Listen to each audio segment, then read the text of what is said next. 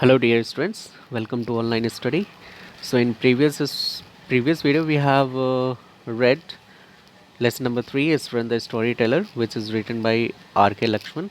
So today we will continue from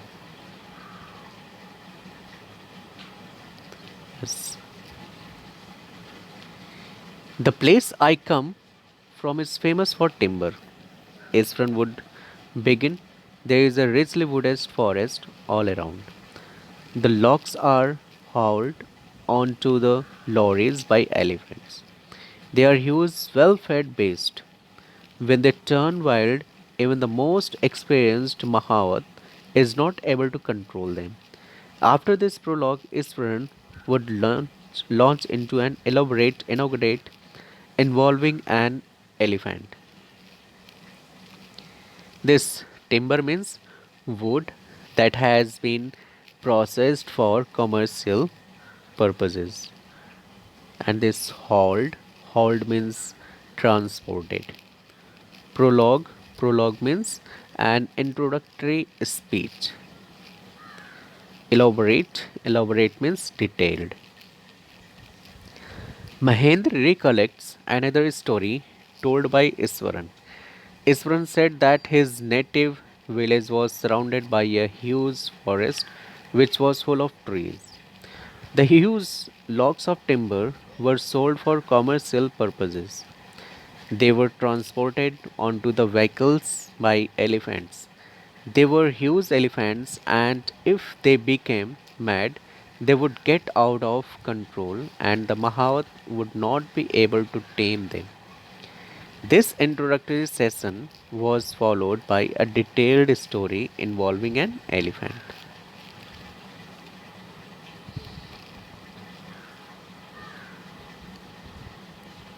One day, a tusker escaped from the timber yard and began to roam about, stamping on bushes, tearing up wild creepers, and breaking branches at will. You know, sir, how an elephant behaves when it goes mad? Isran would get so caught up in the excitement of his story that he would get up from the floor and jump about, stamping his feet in emulation of the mad elephant. Tusker. Here, Tusker means an elephant. Roam about means move around. Stamping means hitting with force. Emulation means effort to match or surpass a person by imitation or copying. The story was narrated as follows. One day, an elephant escaped from the timber yard and roamed about around the forest. It stepped on the bushes and crushed them, tore the creepers plants and broke branches of trees which came in its way. Iswaran asked Mahendra whether he knew how a mad elephant behaved. In order to make his story more effective, Iswaran stood up and jumped around the place, hitting his foot on the ground in order to copy the actions of the mad elephant.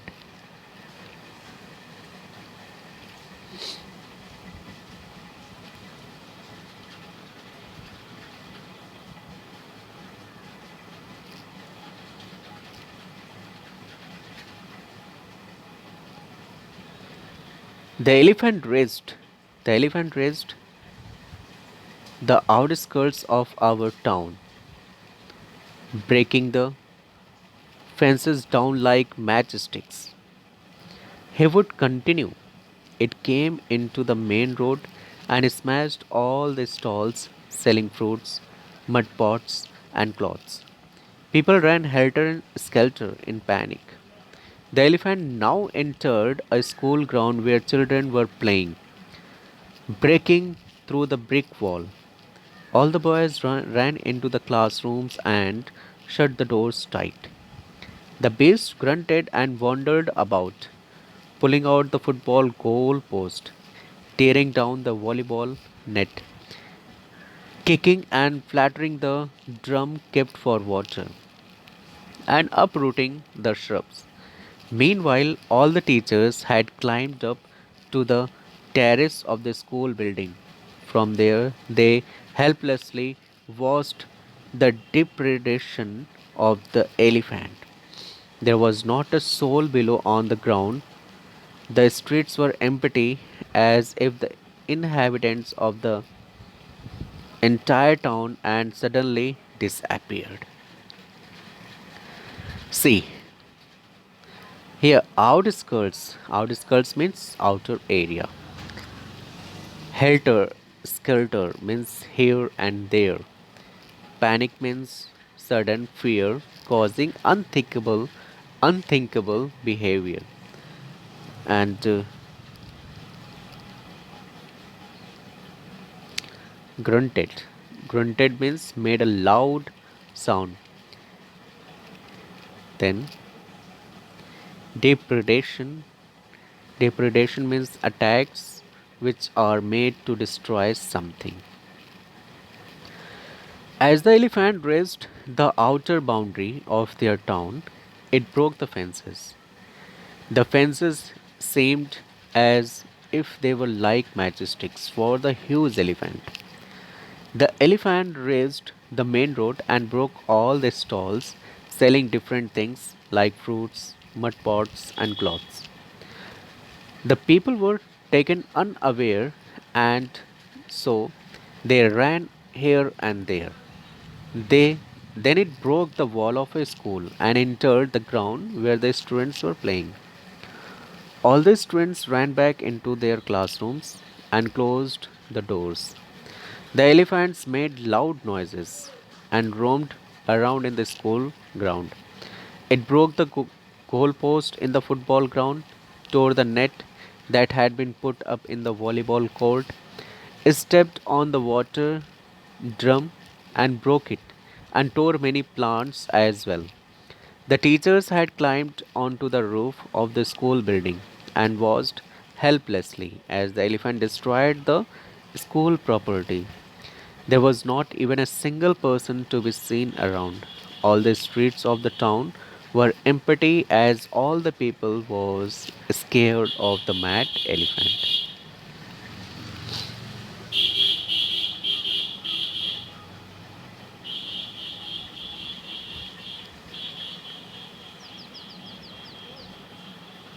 Okay, so now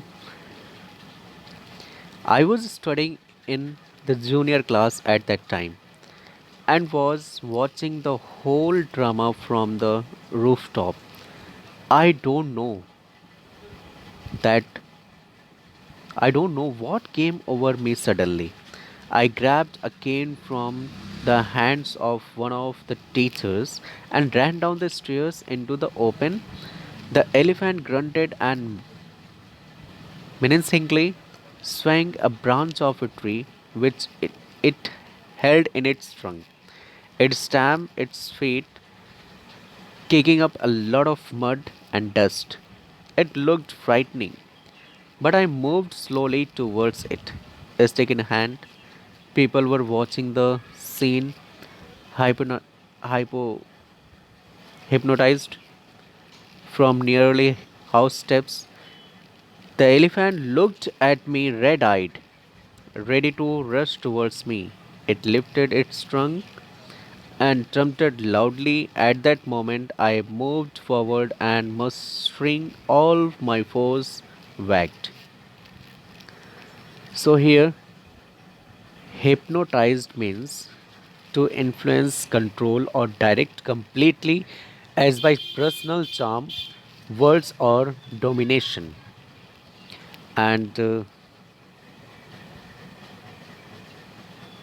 mastering means putting together, whacked means hit noisily.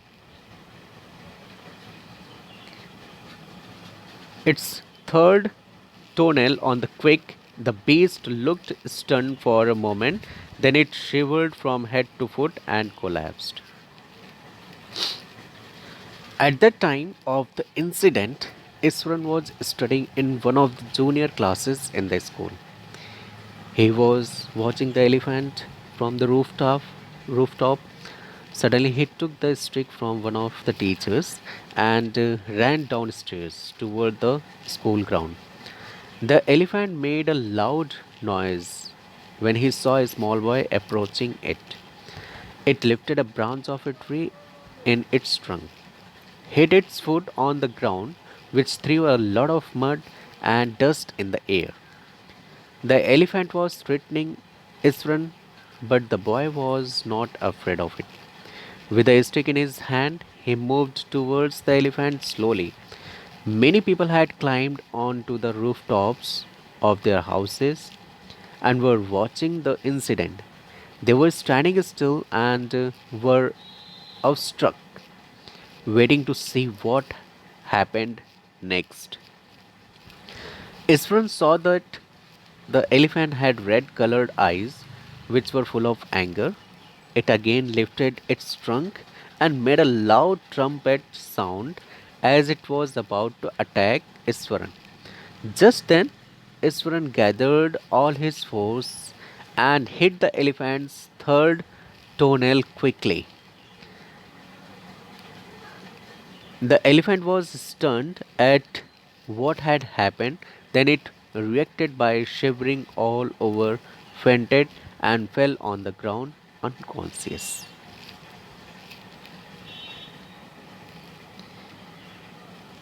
At this point, Isfran would leave this story unfinished and get up mumbling, I will be back after lighting the gas and warming up the dinner. Mahendra, who had been listening with a rapt attention, would be left hanging. When he returned, Isfran would not pick up the thread of the story right away. Mahendra would have to remind him that the conclusion was pending. Well, veterinary doctor was summoned to revive the animal. Isfran would shrug casually. 2 days later, it was led away by its Mahavat to the jungle. Here, a rapt attention means completely fascinated or absorbed by what one is seeing or hearing. Pick up the thread and this pick up the thread of the story means would not restart the story from where he left in order to arouse curiosity. Veterinary doctor. Veterinary doctor means a doctor who specializes in treating animals. And summon. Summon means called.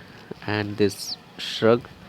Shrug means to raise one's shoulders slightly and momentarily to express doubt, ignorance, or indifference. So after this, Isfran would leave the story incomplete in a low voice. He would say that he would return after lighting the gas stove to warm the dinner as they were getting late for the meal. Mahendra would be curious to know what happened next and would feel disappointed that Iswaran had left the story unfinished. On returning, he would not continue with his story as he wanted to arouse curiosity in Mahendra. Mahendra, who would be eager to know the ending, would ask Iswaran to conclude the story. Iswaran would just say casually that a veterinary doctor was called to bring the elephant back to consciousness, and after 2 days, the Mahavat would take the elephant back to the jungle.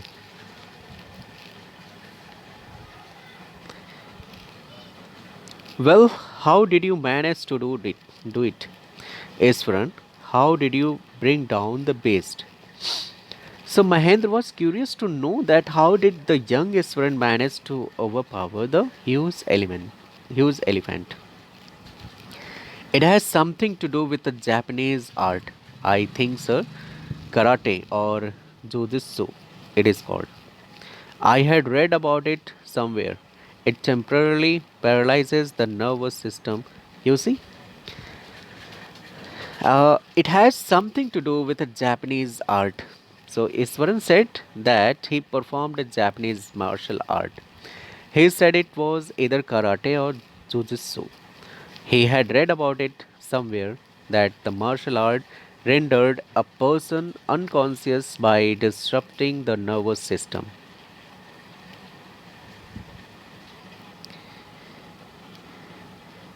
Not a day, not at a past, without Iswaran recounting some story packed with adventure, horror, and suspense.